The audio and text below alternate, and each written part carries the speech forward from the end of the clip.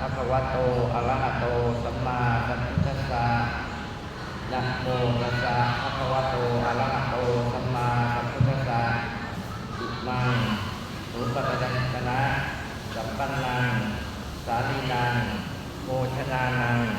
พุทธจังวรังพุทธัสสะโภเชมะ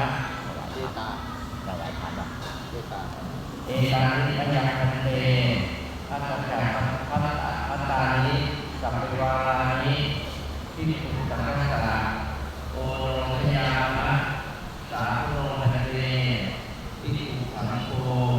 เอกานิพัตตานิสัพพิวารานิปฏิคันหาตุอัมหาคันเตนะมาตาปิโตอาทิยัญจะ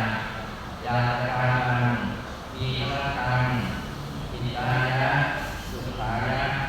ข้าแต่ผู้สงฆ์เจริญข้าพเจ้าทั้งหลายขอน้อมถวายซึ่งภัตตาหารกับของทั้งหลายที่เป็นในวาระเหล่านี้แก่พระภิกษุสงฆ์ขอพระภิกษุสงฆ์รับซึ่งภัตตาหารกับของทั้งหลายที่เป็นในวาระเหล่านี้ของพวกประชาชนทั้งหลายเพื่อประโยชน์เพื่อความสุขแก่พวกพระเจ้าทั้งหลายแก่ญาติพระเจ้าทั้งหลายมีบิดามารดาเป็นต้นตลอดที่กาลนานเถิดเอาดอกไม้มาถวายดอกไม้เมื่อกี้ไปไหน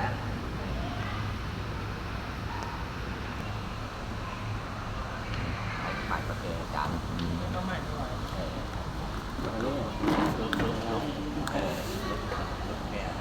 ยกพาแต่ถวายว่าใหม่ยกพา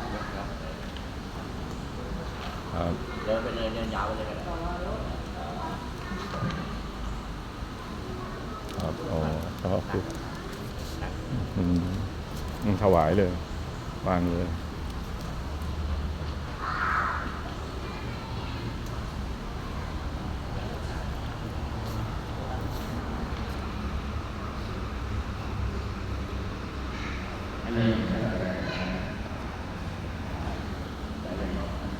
อ้าวแม่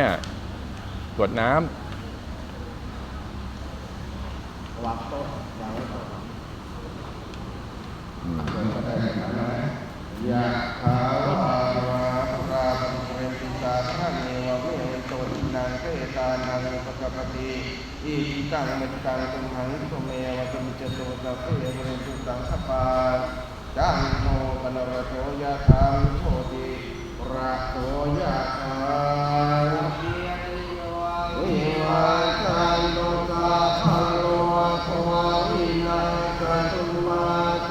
ภวัตวันตรายสุขีติกายุโกภวสัพเพติโยวิมังจันตุสัพพะโลกวะวินาศตุมาเตภวัตวันตรายสุขีติกายุโกภวสัพเพติโยวิมังจันตุสัพพะโลกวะวินาศตุมาเตภวัตวันตรายสุขีกายุโกภวะภิวาทนาสิเรสันนิจังวัฏฏะปัจจายิโนจัตตารโอธรรมาวันตันติอายุวันโนสุขังอาตังสตุเอวะสัจจานังอาคัมธัมมังวิชานะตังอาเตโตเตวะสัจจานังอาภินัยเยโนตัสเตอาเตธัมเมปัสสัทธานาภิราภูปัสสเมสุเกอาเตสังเกปัสสัทธานังปุญญาเกเตอนุตตเรอากาสมิทานังสัจตังอาคังปุญญังภวาตติอาคัมอายุจวันโนจัยยะสวะเกติสุขังพลังอาคาสตาคาเมียชาเวียอาธรรมสมัย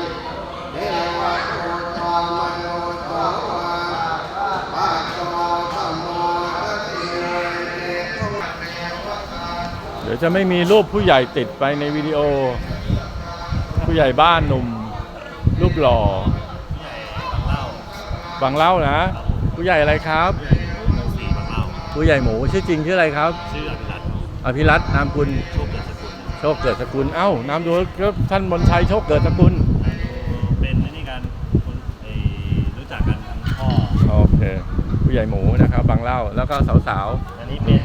คุณการจรัตน์ ๆครับ พยาบาลผู้ดูตัวตอน โอ้ว้าวคุณหมอฝากตัวด้วยนะครับ อันนี้คุณครู คุณครู ครูอินอยู่ที่อ่างศิลาชลบุรี ว้าวเดี๋ยวต้องไปเที่ยวบางแสนแล้วครับผมโอเคครับ เดี๋ยวไปดูใน